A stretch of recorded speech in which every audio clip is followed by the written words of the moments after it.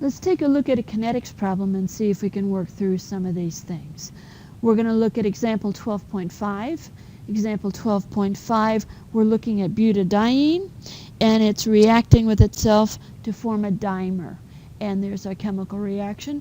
We have some data. We have concentrations of our reactant, of the butadiene, and we have time when each of those concentrations were measured. The first thing we're supposed to figure out is this a first order or a second order reaction? Well, how to do that? Probably the easiest way to do it, again, as I suggested before, is put these values in a list in your calculator and have a list of concentration, time, natural log of the concentration, and 1 over the concentration. So you have 4 lists in your calculator.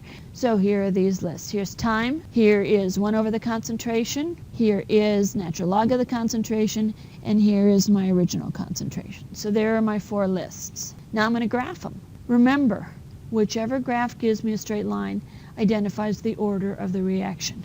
So a good thing for you to do right now would be to pause the video, do it, and see what you get for graphs. And then once you've graphed each of them, you can check to see if you're on the right track. This just shows 2 of the graphs. It shows the natural log of the concentration versus time on the left, and it shows 1 over the concentration versus time on the right.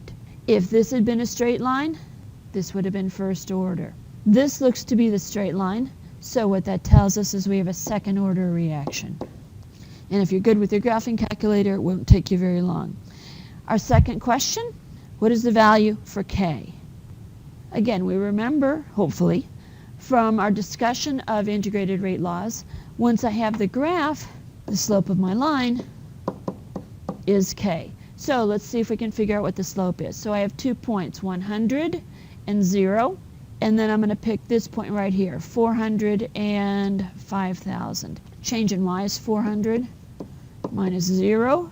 Change in time is 5,000 minus 0. And if I do the math, I get something close to 6.14 times 10 to the negative 2. And because it's 1 over molarity, my units are going to be seconds over molarity. Okay, remember, one of the things that we talked about back when we were talking about rate laws is the units for K, so here are my units for K, depend on the equation. And they depend on how I find K. So there's my slope, that's my value for K, so I'm done with part B. Part C wants to know what is the half-life of the reaction. Okay, so now I have to go back to my half-life equations. It's second order. So for second order, T 1/2, or the time for 1 half-life, is 1 over the rate constant times the initial concentration.